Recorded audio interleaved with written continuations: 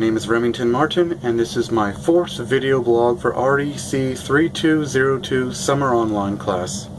To say how this activity has challenged me, well, it required me to do several difficult poses that have effectively disabled me since then.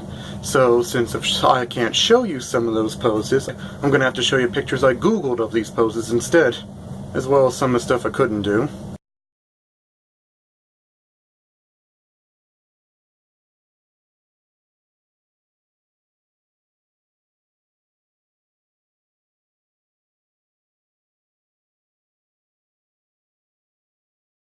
There's this one new position I just learned where I had to start in this position right here.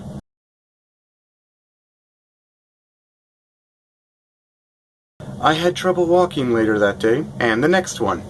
I think one of my biggest problems is that when I was participating in class, I often felt boredom or annoyance because I had to hold this one position for so long, and sometimes the position was hard for me, sometimes it was easy for me.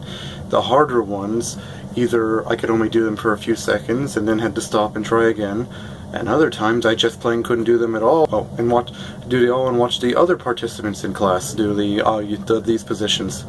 The instructors didn't really offer any suggestions on how to work up to doing those positions, so I guess I'm gonna have to figure that out on my own, or just take class enough times until I get it right. I think this class was harder for me because I'm used to loud techno music where it's a bunch of moving, punching, and kicking, just not standing still, you know. So, staying still for even 2 or 3 minutes at a time got irritating sometimes. I'm also just going to go and say it, many of these positions were easier to do if you don't have male genitalia. There, I said it. And yes, I would imagine that if I do this more and if my thighs get thinner, it'll probably be easier for me. But until then, kind of a little hard for me to do. I've always heard that men have had better upper body strengths and women have better lower body strengths. A sort of yin and yang, if you will, which makes sense. And since yoga is about flexibility and tightening up the skin, I can see why many of the participants, like 80% of the class, is usually female anyway. Among them tend to be mature women with surprisingly nice figures for their age. I don't know how old they are, I'm just saying. Because when I've gone to yoga class, there's at least 1 or 2 yoga classes every single day, and I've gone at different days and different times, and I'm always seeing the same 4 or 5 women there.